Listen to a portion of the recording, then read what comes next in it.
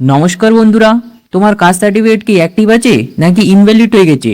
তুমি কি করে বুঝবে তোমার কাস্ট সার্টিফিকেট অ্যাক্টিভ আছে? এবং যাদের ডাটা ম্যাচ দেখাচ্ছে তার মানে কি? ডাটা ম্যাচ দেখাচ্ছে কিন্তু সার্টিফিকেট ডাউনলোড হচ্ছে না, কেন এই সমস্যা হচ্ছে এবং এর সমাধান কি আমি এই ভিডিওর মাধ্যমে তোমাদের জানাবো। তাই ভিডিওটি স্কিপ না করে শেষ পর্যন্ত দেখো এবং চ্যানেলে নতুন হয়ে থাকলে চ্যানেলটি অবশ্যই সাবস্ক্রাইব করে নাও। তো চলো ভিডিওটি শুরু করা যাক। সবার প্রথমে ব্যাকওয়ার্ড ক্লাস ওয়েলফেয়ারের এই অফিসিয়াল পোর্টালে চলে আসবেন।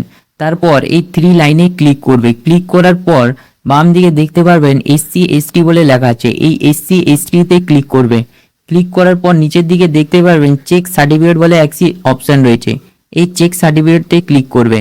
চেক সার্টিফিকেটে ক্লিক করার পর নতুন একটি পেজ খুলবে। এইখানে নিজের সার্টিফিকেট নম্বর অথবা নিজের নাম বসিয়ে দেবে আর এই নিচে ডেট অফ ইস্যু বসিয়ে দেবেন, যেটা কিন্তু তোমার সার্টিফিকেটে লেখা রয়েছে। এবং যাদের পুরনো সার্টিফিকেট আছে অর্থাৎ ডিজিটাল নাম্বার নেই, তারা কিন্তু এই নিচের অপশানটি ফলো করতে পারো। তারপর নিচের এই সার্চ লেখাতে ক্লিক করবে। ক্লিক করার সঙ্গে সঙ্গে ঠিক নিচে তোমার সমস্ত ডিটেল, তোমার নাম, অ্যাড্রেস, কাস্ট সব এখানে দেখাবে। যদি এই ডিটেলটা দেখায় তাহলে তোমার সার্টিফিকেট অ্যাক্টিভ আছে। যাদের ইনভ্যালিড দেখাচ্ছে তারা কিন্তু প্রথম এই পেজ থেকে তোমার অপশন যে তুমি চুজ করেছিল সেই অপশানটি চেঞ্জ করে দেখতে পারো। অনেক সময় কিন্তু সার্ভার প্রবলেম হয়ে থাকে। এরপরে বলি ডাটা ম্যাচের কথা। ডাটা ম্যাচের মানে কি?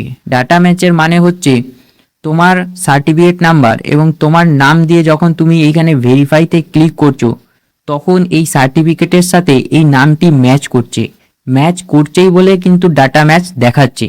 যখনই তুমি তোমার সার্টিফিকেট নাম্বার বা তোমার নামটি এখানে ভুল দেবে তোমার কিন্তু ইনভ্যালিড ডিটেলস দেখাবে।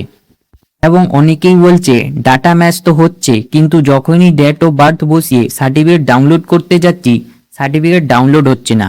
কেন হচ্ছে না?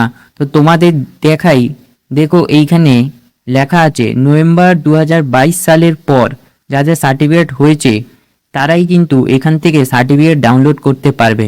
2022 নভেম্বর মাসের আগে যাদের সার্টিফিকেট হয়েছে তারা কিন্তু সার্টিফিকেট ডাউনলোড করতে পারবে না।